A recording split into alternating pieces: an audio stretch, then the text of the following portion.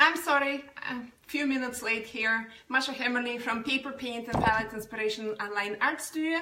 I am again starting my new live broadcast. It's Wednesday, it's Christmas season, and I am glad to be here talking to you. And today we will be talking about creativity. Actually, lack of creativity. And I named today's topic, bringing creativity back one brush stroke at a time. And a very big topic. You can write books, many volumes of books on this topic. And I am a little bit surprised that I am talking about this again, but it feels like a lot of teachers are struggling with this issue. They're struggling with their students' lack of creativity. And more than lack of creativity, they struggle with lack of desire of creativity. So we have kids right now who not only can't create, they don't even want to try. They don't even have desire or, a fire inside of their hearts to make something new, to invent something, to use their imagination, to design something, to have a fantasy about something that's not existing. And I will touch a little bit, and again, it's my point of view. If you have different point of view, please share with me and write it in a comment. But this is my point of view. 5 pages later, I am sharing with you about my vision of what the problem is and how we can fix it. So let's dive in. And I will be reading again from the papers. Pardon me, once in a while I will be looking into things that I wrote. So, the struggle is real, people. Okay, you can be art teacher, you can be a science teacher, a STEM lab teacher, or you can be an English teacher, PE teacher, you can be a pastor, a missionary, you can be a homeschooling parent, or just a regular parent who is working, or staying parent. From all those different points of view, you probably noticed, you probably already have the alarm going on. If it's not your child, but maybe generation that your child is growing up with, they lack creativity, they lack imagination. And first of all, what I think it is, because I came from Generation X. I am a generation that if something broke, you go fix it. If you don't have something, you go ahead and invent it. And you know exactly what you need, you know how you can use it, where you need it, you go and invent it. You either don't have money to go buy it in the store, or the stores don't even have this product yet. Okay, so I'm from that generation when people fixed broken things, when they reused things a lot, when they were able to invent things that are useful, and it can improve their life, it can make their life easier. It can make some tasks that they have to perform, they can perform those tasks in a faster way, more efficient way, easier way. And so I will be talking from that point of view of Generation X. Plus, I was raised in Russia, in St. Petersburg.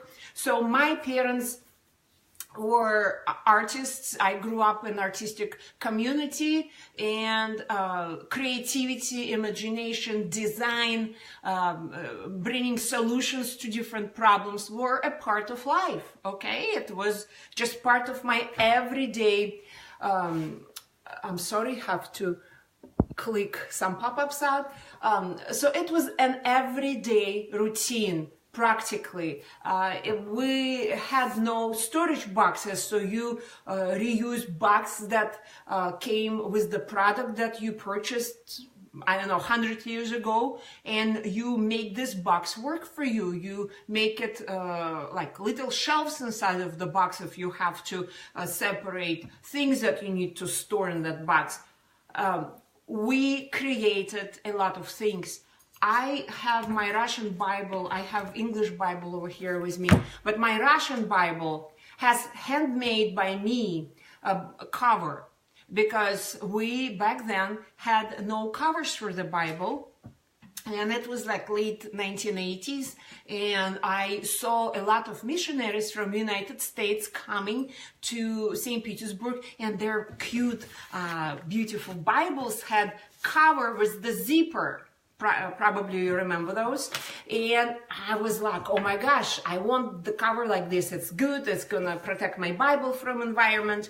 And back then we had no items like this. You couldn't find that at store. So what I did, I found, we always kept things. We used to keep everything that we at certain point used, and we couldn't use it anymore. So that's what we did.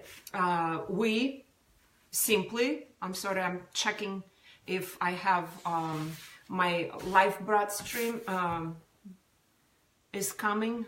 Okay, so what we did, we just simply, I took a piece of fake leather, artificially made, man-made leather that used to cover, I think, chairs. It was like little cushions on the chairs. And we didn't use them anymore. Some parts of the chair cover was ruined. So what I did, I created my own cover for the Bible with the old recycled zipper and that recycled artificially made leather, and I created my own little cover for the Bible. So that's the generation I grew up in, that's the obstacles I overcome, that's the problems I fixed, and if I needed something, I made it. Or I asked somebody who can make it. And that was a natural thing. It's a survival skills, for goodness sake, guys. And it's a good thing, right? That's what we see lacking in nowadays generation. When they have their toys broken, something not working anymore, a piece is missing, a detail broke off. What do we do now? What our kids do? They throw those toys away. Oh, they donate those items. What do we do when we have something broken in our kitchen? Do we prefer to go and fix it if we cannot do it ourselves, or bring it to the shop where they can fix it? Or we go and just simply buy something new? And the problem, I think, is that we have tendency to go buy new, because buying new sometimes costs less than repairing something, especially if you cannot repair it with your own hands. And definitely that is a driven force of lacking the creativity, lacking that wonderful trait, that wonderful talent and gift that God gave to people. And more than that, you know, if we give our kids a choice, okay, here is the game that you can play on computer, or you can make a craft. Right now, what would you choose? 100% of the time, kids will choose a game on computer. But it's getting worse. We now see tendency in millennials, generation, and in generation we call boomlets, which were born after 2001. The kids prefer, instead of playing game on their computer, they prefer to watch how somebody else playing the game on computer. And I'm not gonna name names, but if you have a child who belongs to the boomless generation, you probably know what I'm talking about. And it is absolutely, it's a tragedy of our generation. It's a problem that we need to fix. And if you belong to artistic world, you're an artist, Christian artist, you are an art teacher, or you are a parent, you influencing other generations who are younger than you. I'm asking you, and I'm asking you to consider to bring creativity back. Just get on that road of whatever you're gonna be doing, whatever you will be teaching your kids, you will be bringing creativity back. Right now, I would like to mention something else. I think, and studies have proven that our brain has always a way of finding an easy way out, a most efficient way out, and in some instances, a lazy way out. So we sometimes, what we do is, instead of speaking a second language, we would go an easy way, an easy route, and we will use our native language because we don't have to think as much, as hard. We don't have to work that hard to, you know, memorizing words and how we're gonna build phrases and everything. When we, you know, if we have a choice to walk to the store or to drive the car to the store, the easy way out is to drive in the car. And I think the same goes with creativity. It's easier to use something that already been invented than invent something yourself. And creativity comes from the heart, and it comes from the brain of a person. And a brain is a muscle, and if you're not working on your brain, if you're not using capabilities of your brain often, or as hard as it created to work, eventually over the time it will start losing those capabilities. It will start deteriorating. And that's how, when we you know, learn about Alzheimer's disease, and when we learn about how to prevent Alzheimer's or any other type of dementia, what we do, we told to read, to learn something new, to use our brain to brainstorm something. So what is all of this? It's creativity. It's you are conquering new ground, you inventing something, you're creating something, or you're using something new that your brain have not been exposed to before. And that's what makes it, you know, all this electrical currents, you know, start charging, start working, the connections between brain cells start working again. And that's what Alzheimer's is, you know, when those connections between brain cells are deteriorating, they dying, and you cannot use them anymore. You cannot retrieve things from your long-term memory. So going back to creativity, creativity is heavily relying on your brain. It's heavily relying on your experiences, on your knowledge, on your abilities, on things that maybe you're not capable of, but maybe you're aware of somebody else that is capable of, and you make it all work. And creativity is desire to make life better, easier, in some ways, in the good ways. Creativity is a process, and I will talk to you about this process in a moment. Let's dive back into problems of nowadays generation. I love this phrase that goes, necessity is the mother of invention. Necessity is the mother of invention.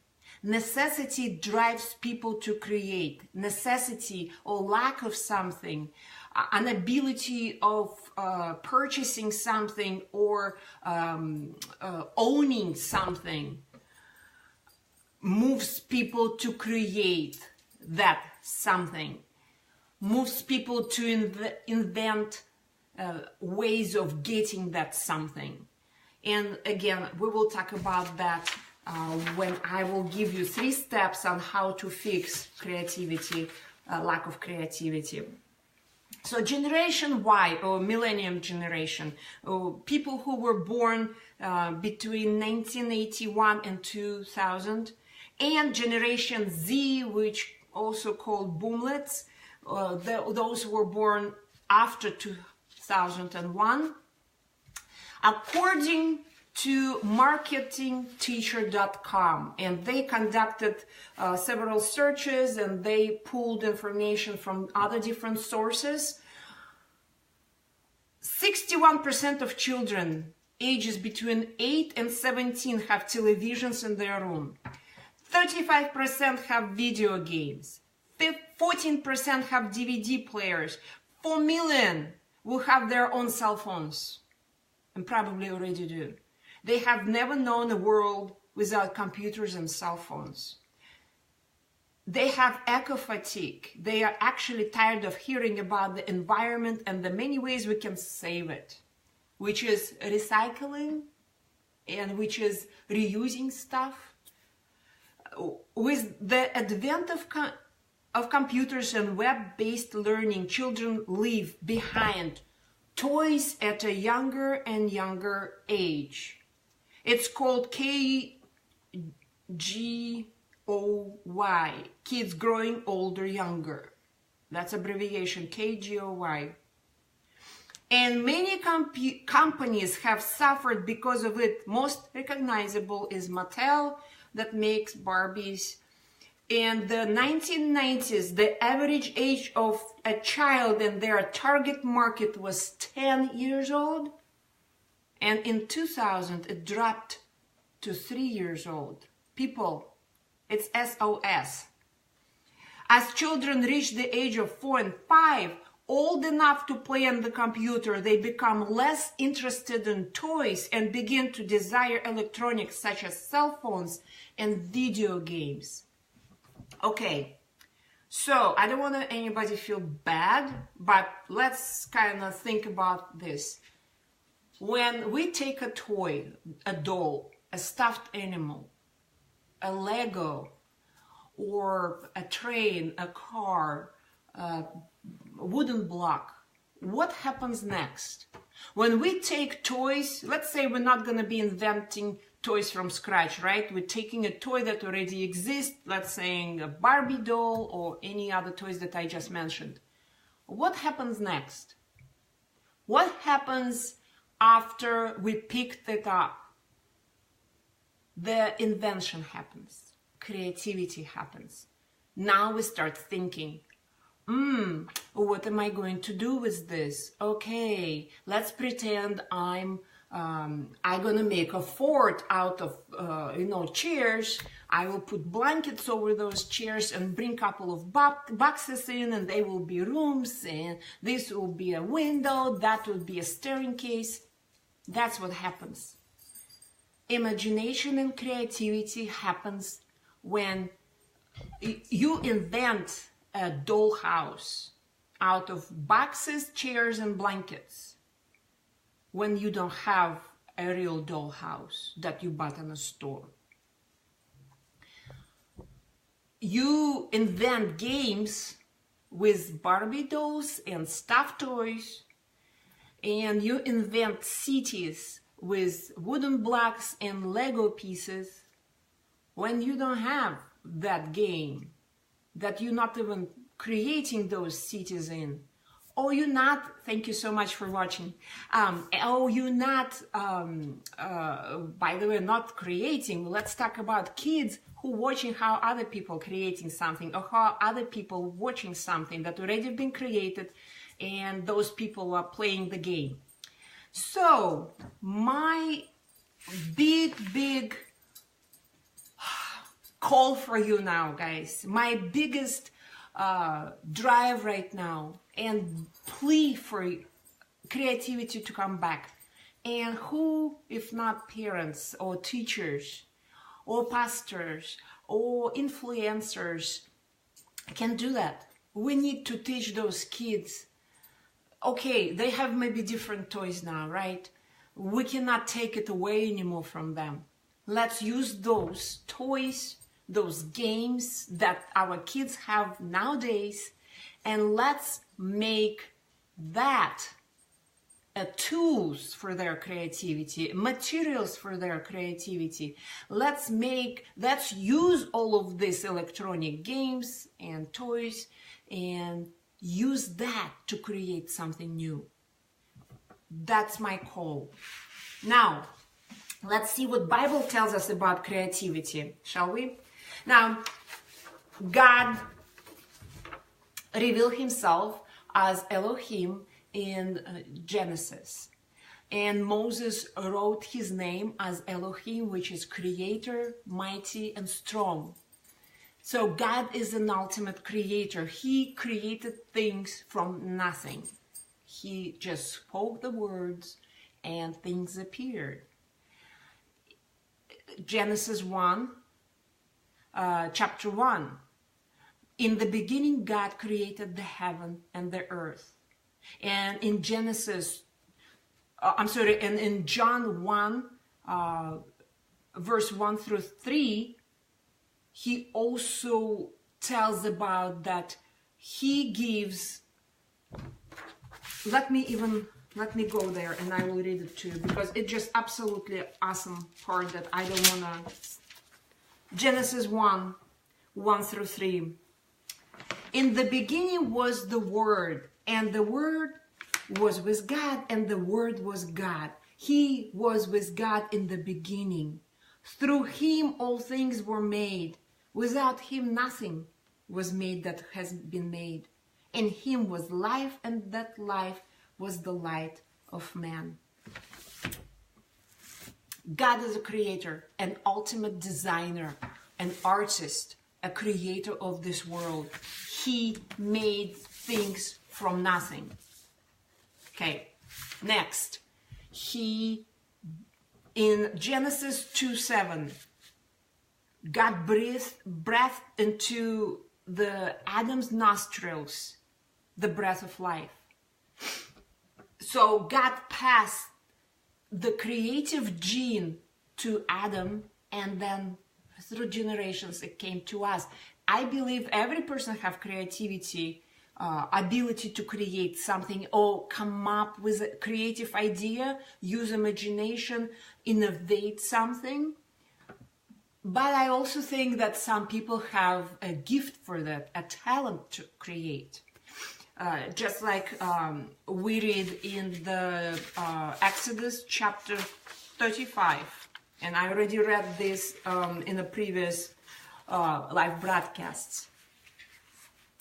Now, on the other hand, we have Satan or Lucifer or devil, a fallen angel who've been created by God.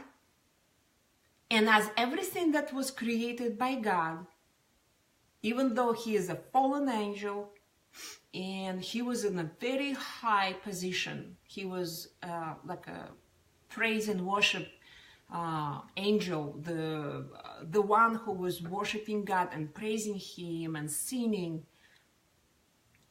Even though he was in such a high position, he has fallen because he was full of pride, and not before that fall, not after that fall, he was able to create. Okay, what he can do, he can use that something that already was created. He can create an illusion for people. He is not capable of creating anything new.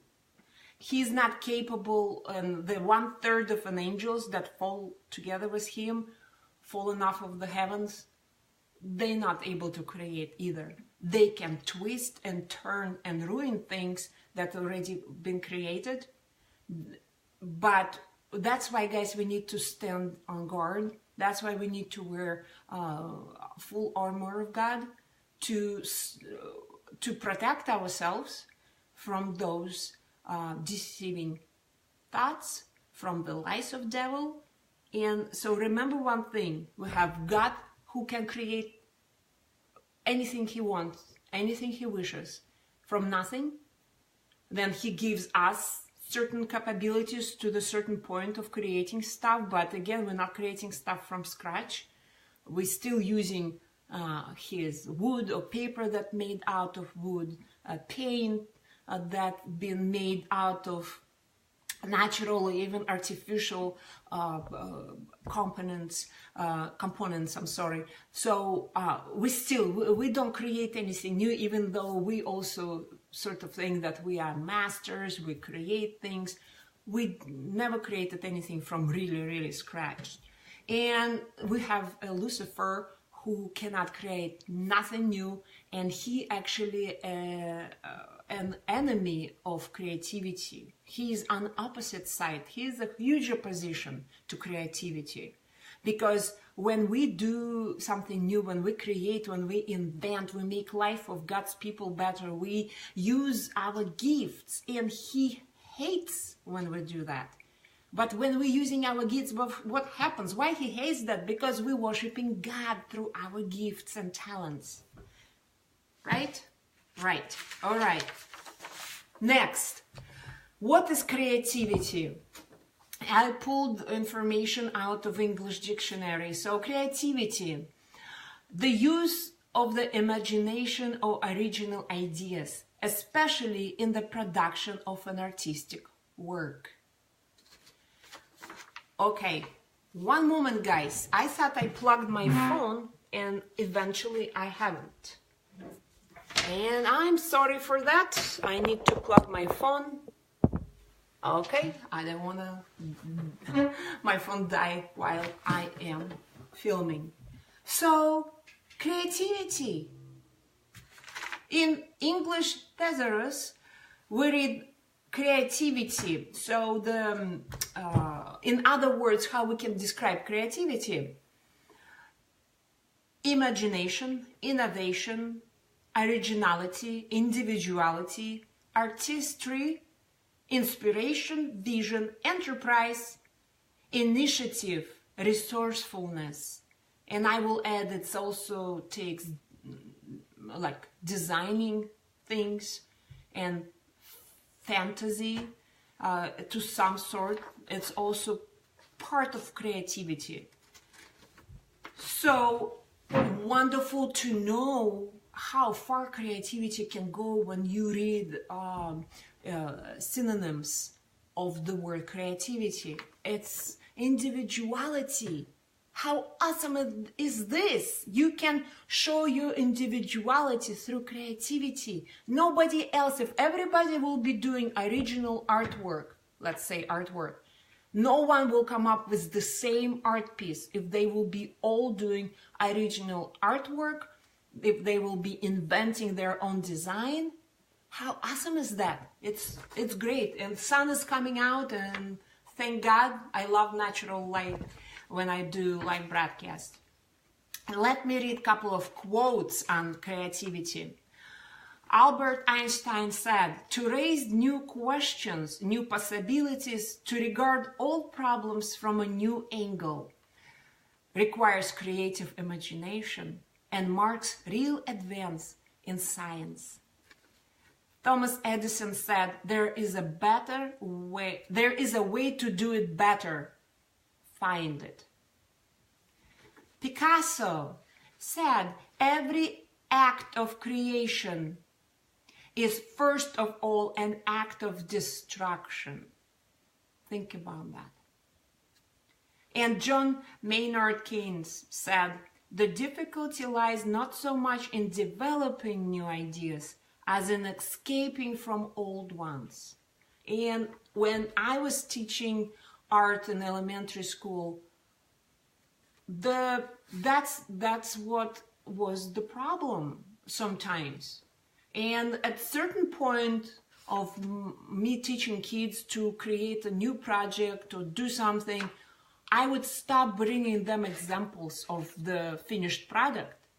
Because all what sometimes children end up doing is seeing what already been created and copying it. It's not becomes their jumping point or a starting, point. It becomes, they plagiarize that. They just use it, and they don't use their creativity and imagination. They prefer to reuse somebody else. So the difficulty lies not so much in developing new ideas as in escaping from old ones. So I wish us all to escape from old ones, because designing things, creating things is always requires us to look into the problem from a different perspective. All right. So how can we bring creativity back, right? So let's go into the anatomy of creativity over here. When creativity happens, I will come back to this wonderful phrase, necessity is the mother of invention. When there is a need, when there is a problem, creativity happens. When there is a lack of supplies or materials or things or delivery, creativity happens. Now, Roger von Auch said, remember the two benefits of failure. First, if you do fail, you learn what doesn't work. And second, the failure gives you the opportunity to try a new approach. So, when we try everything that is there and we failed,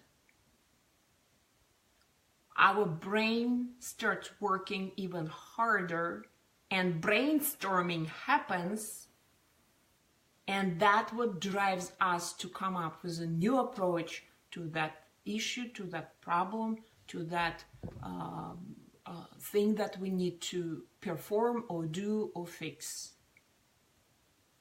Edwin H. Land said, the essential part of creativity is not being afraid to fail. And that is a key. That is a huge part of nowadays generation, boomlets and millenniums, when they not creating anything, and when you ask them, and when they open to you and they say, I don't want to fail, I'm afraid of failing, or I know how I'm going to feel when I fail. And we need to teach. So first thing we need to do is we need to reteach our students and our children what is creativity. It's not something that you create like this and it's working right away. Creativity sometimes takes time and patience and many, many tries, many, many failures, and then invention happens, and that eureka moment appears, and you end up inventing or creating something new. I need to take a sip of my tea.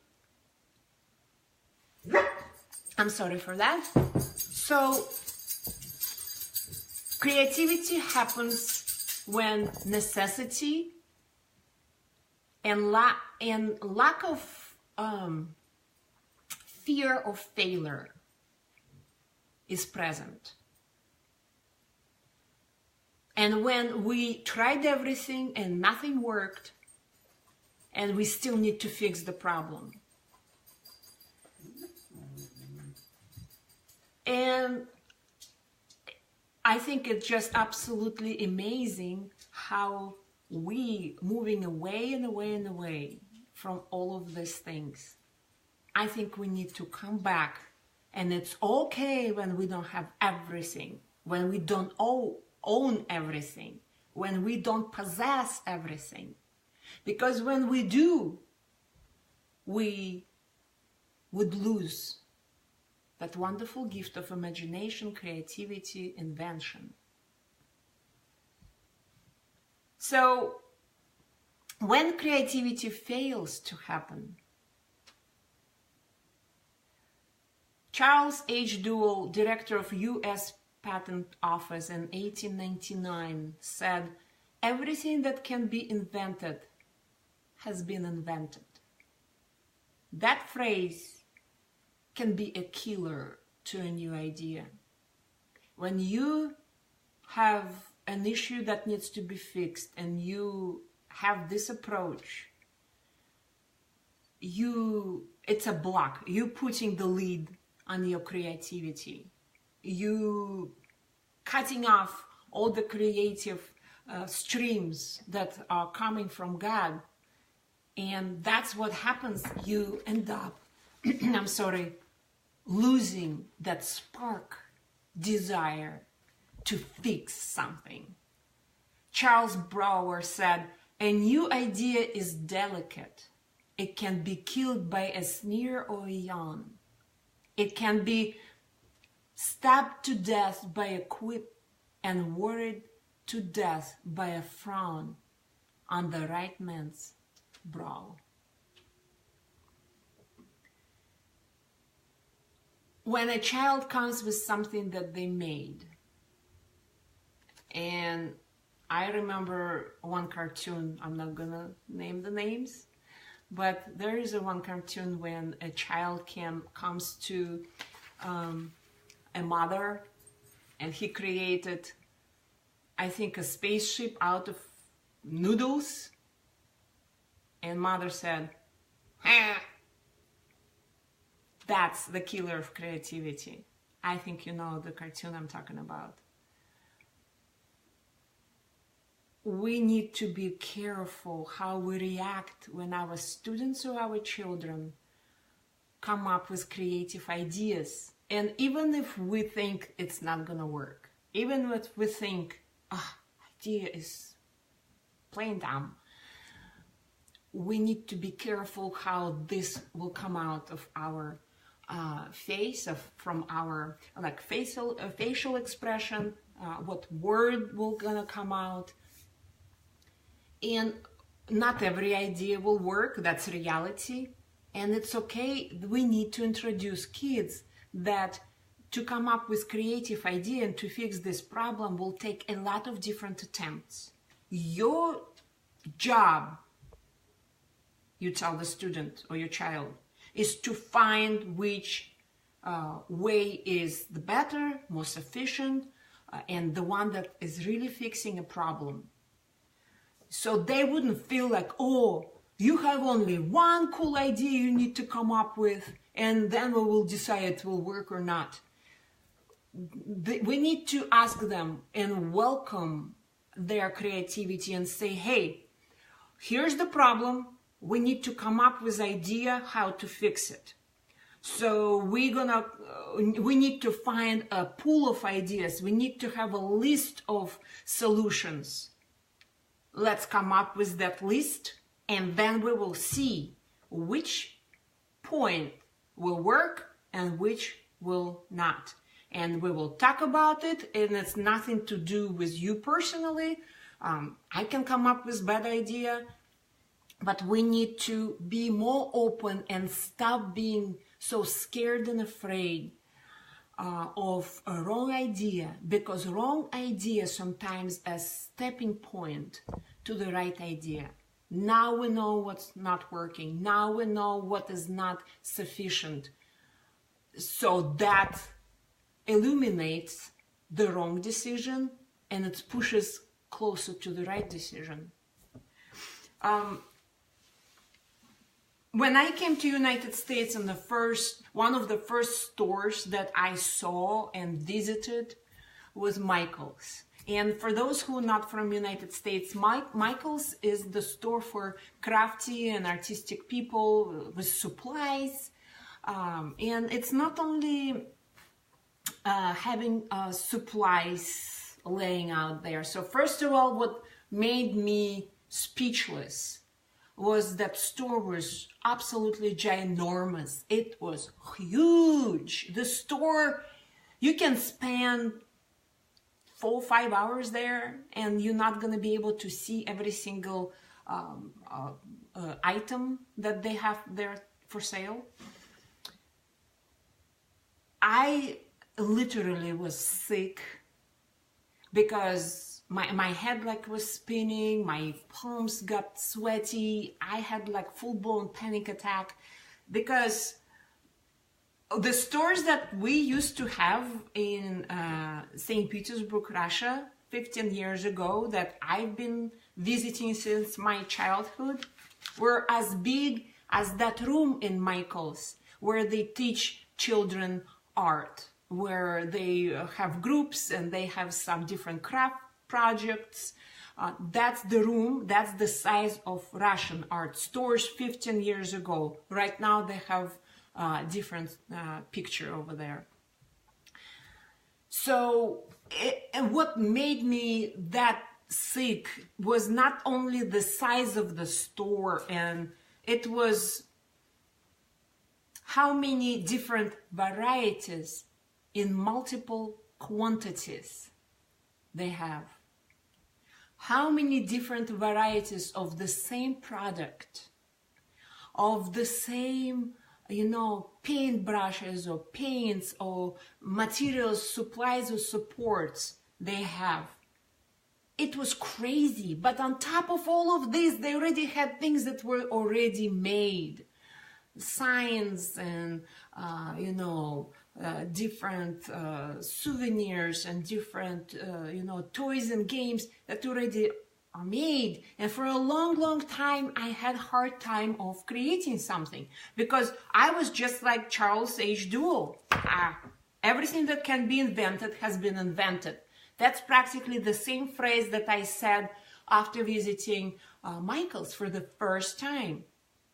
Now, 15 years later, I know there are ways of making something new, and it's not everything has been invented yet. But it was a big struggle. So if you have students coming from different countries, and maybe they struggle with creativity, it doesn't mean sometimes they don't have. I was an extremely creative person, extremely. I am so creative to the point that I sometimes don't want to use things that are already invented. I want to invent my own things. So I kind of mellowed down with years, but sometimes, yeah, I'm not gonna copy this flower. I will create my own flower. It will have my own petals and stuff like that. So sometimes this can be killed by variety and all the options that are available. And we are spoiled over here, guys. We are spoiled with options and variety and different possibilities. We have everything we want, and if we're not going to find it in a real store, we can go into the store in online and find it, right? Let me go faster about this. Okay, now the last and most important point: how we can bring creativity back. How can we teach creativity? And what type of environment we can create for our children and students so that we can breed that creativity, we can bring the creativity, we can encourage creativity and welcome creativity back. And believe me, it's not going to happen right away. It will take several steps to reach that point. So, and it's totally my way of doing this, my idea of how that can be done, because I just end up going back and seeing what creativity is made out of, the skeleton, the anatomy of creativity. Before, let me give you another wonderful quote from Jean Piaget. The principal goal of education is to create men who are capable of doing new things, not simply of repeating what other generations have done.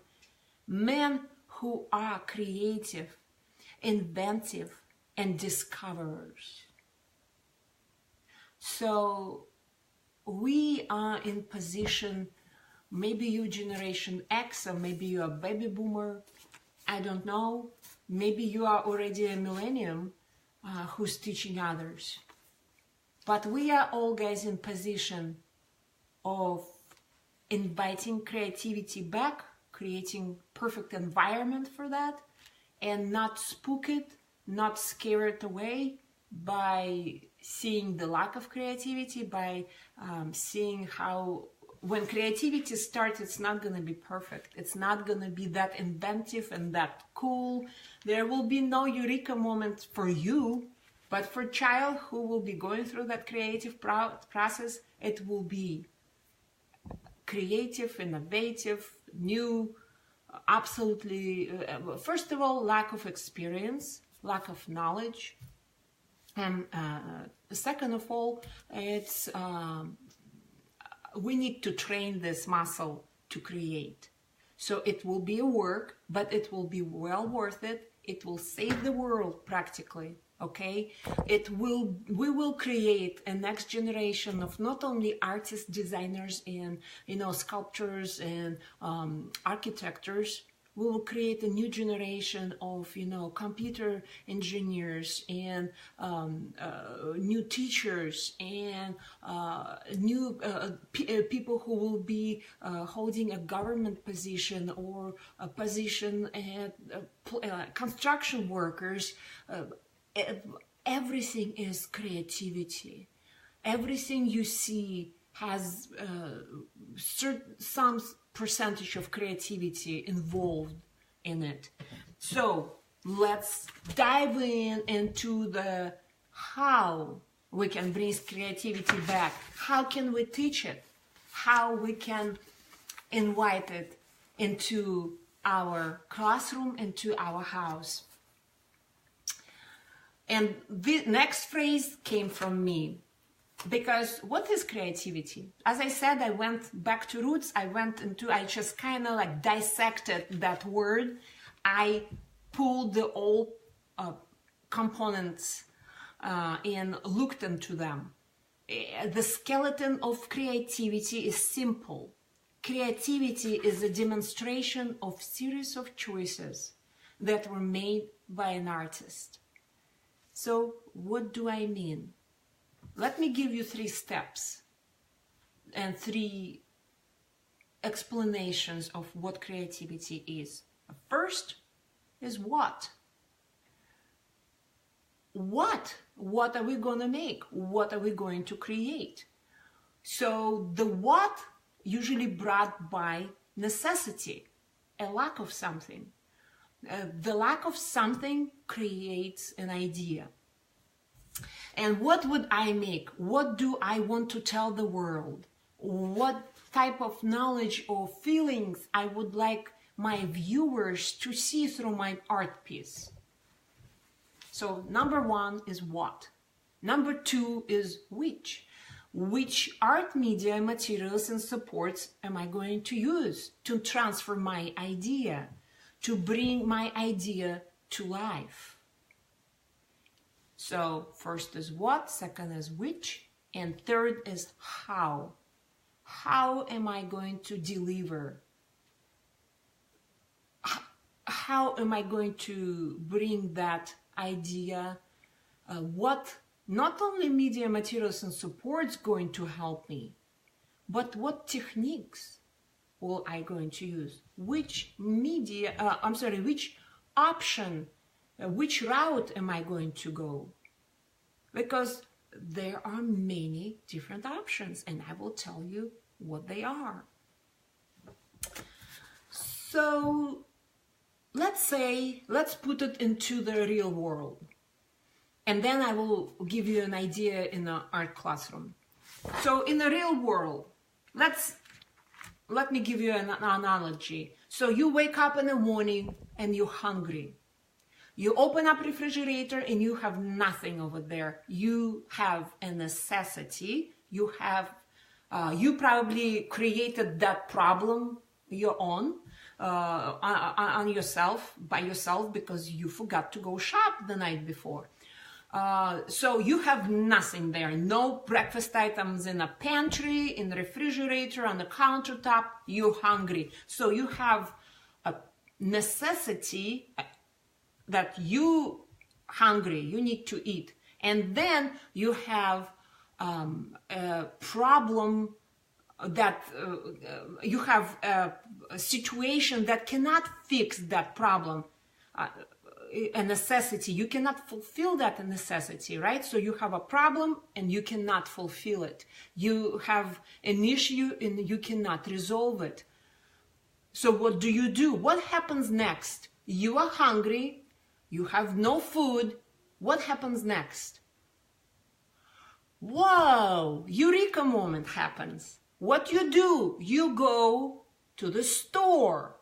But here's the problem. You can walk to the store or you can drive in a car. Well, if you're hungry enough, you probably would like to drive the car because it will be faster. But if you don't have enough of money, you probably want to save on gas or on public transportation, and you probably better walk to the store. Now, another problem is, another way of how you're going to bring that food into your stomach is, okay, so I'm driving the car, for example, to the store. I still have no food. I still did not resolve my problem, but I'm coming close to that. I'm using a vehicle to deliver the food. Okay, now we're in the store. What food to choose? So you see, it's all make creativity happen. Every single step makes you think. You sometimes don't even realize you're thinking about this. You will do it automatically.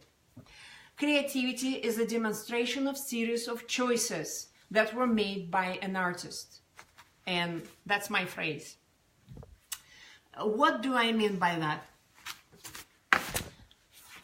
If you have an idea, for example, right, of creating something, you have a necessity, you have a passion for something, you want to tell the world about your experience, about something that you went through and how you feel about it, and you have an ability to write a song, paint a picture, write a poem or an essay about it. And you can probably have a ton of other options. Then, what you're going to use? Okay, I decided I'm going to paint a picture about this experience that I have. And okay, am I going to use, I'm on a step 2 now, which materials am I going to use? Am I going to use acrylic or watercolor? Am I going to use my finger to paint, or I will use paintbrush? Then what type of paintbrush? Am I going to use, a big support like a canvas, 8x11, or I am going to use, a greeting card size paper, and that's what I will, use to express my feelings on. And then how? How am I going to do that? What type of technique, a painting technique, am I going to use? Am I going to use stippling, or pointillism if I'm painting, or am I going to use, let's say, realistic style of painting? Am I going to use cool colors or warm colors? Am I going to be, painting in a certain style of certain artist, or I create my own style? Or maybe it's going to be a multimedia art piece, and it's going to use multiple different art materials and media. This is all creativity. But when we don't know what creativity is made out of, we don't know how to even approach that. So we probably, as an art teacher, I'm encouraging you, you probably can make a poster with 3 steps and navigate kids through these steps. That would be the first step toward fixing and mending lack of creativity. You can tell a child, okay, number 1, Number one, what? For example, Christmas is approaching. What? Do you want to make a gift card? Do you want to make a gift? Do you want to make a useful gift or just like a souvenir? What do you want to make for your family members? So all what your child or your students need to do at this point is to decide, what am I making? My mom, I want to buy a present for my mom for Christmas. I don't have money. That's a problem. That's a necessity. But I have art supplies. Okay, that might be a vehicle to fix the problem. Okay, I can make her something. What can I make? I would like to make her a card, a piece of art piece for the wall. I want to make her something that she can use, or I can make something that she can look at. Okay, the next step, you will write in your poster saying which materials or media or support you will use for that. You can use the cardboard, you can use artistic papers, you can use canvas, you can use a wooden board, you can use, a box to do that. What supports you're going to use, what media you're going to use. So it will be, okay, am I using, again, acrylic paint, tempera paint, gouache paint, watercolor? Am I using a spray paint, or I am, using a pouring technique? It's all up to you. Use your imagination. Next and the last is, how am I going to do all of this? What style or technique I'm going to use to deliver this idea by using these materials. Sometimes materials will dictate you a technique.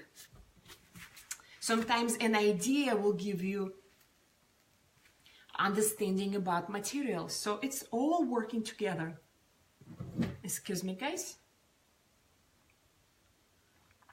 All right. Remember, to spark creativity, you need to take something away from a child. To spark creativity, you need to remove something so that will be invented all over again, let's say. Then you need to find supplies to bring that invention to life. And you need to acquire certain knowledge and techniques on how to bring it to life. And the last point that I haven't mentioned yet is to start, to just go ahead and do it. Because another killer of creativity is procrastination. You have an idea, you have an issue, you need to fix it, you have an idea, you know what and how, but then for some reasons, you will procrastinate. So that's another and the last push. And as soon as a paintbrush touches the paper, that's that stream of imagination and creativity is not gonna be able to stop. Nobody can stop it. Nobody can prevent it from happening. If idea is there, if you are there sitting with paintbrush and paper, and you know what, you know how, you know what you're using, that's it. You have all components in order to bring something into life, in order to make something happen, in order to fix an issue or a problem. And if you need another idea how to do that, you just can do certain thing. And sometimes when I injured my right arm, when you are sick, when something is not happening the way it usually happens, when you're lacking something, when you have a need in something, you start being very creative. So when I injured my right arm and I couldn't use it, I was making everything with my left arm. I end up using my body to hold things, or you push things toward the wall in order to, unscrew the top from a jar. I don't know, I don't think I can stress enough the engine that drives creativity is lack of something, inability of using something. Put a child in an empty room, give him tools, and give him a piece of board, wooden board, and tell him to create a chair, and see what they will come up with, and see how they're gonna fix that problem. That's one way. Or you can create stations, and these stations with these options of what, and here's the different ideas, what you can make, what you can create, which issues needs to be fixed. A next station would be materials, media and supports. Here you go, all of your options, what you can use to for this for this idea to come to life. And then a next station can be how. Here's the different techniques, here's different options, here's different deliveries, how you can make it happen. Necessity is the mother of invention. And I hope, guys, you find something usable and something that you can pass on to your children or your students in this live broadcast. I know it was long, it's a little bit over an hour now, but I am done. There's nothing else I have to say about this issue when we need to fix creativity, when we need to bring creativity back to life. If you have some awesome ideas, you can please share with me, because we're all in the same boat. We're all in the position of teaching this new generation of our children, new generation of millenniums, and oh gosh, what's the name of that other? Boomlets. What a funny word, boomlets, or Generation Z. We are responsible for not letting imagination and creativity to die with our generation. We have to pass it on. And I hope my different ideas will work for you. I hope you will find a way to stir up creativity and imagination in the hearts of your students, in the hearts of people that you're influencing. And I will see you in a week. I hope you're having a blast with your family as you're preparing for the Christmas time. And I will see you again next Wednesday for the live broadcast, and next Monday for another art tutorial that I always post sometime on Monday for you to learn about different ways Christian takes on holiday crafts. And I was glad to talk to you. I will be glad to see you in rebroadcasting if you will be watching. Have a wonderful day, have a blessed day, and make it a habit to create something every day. I'll talk to you later. May God bless you. Bye.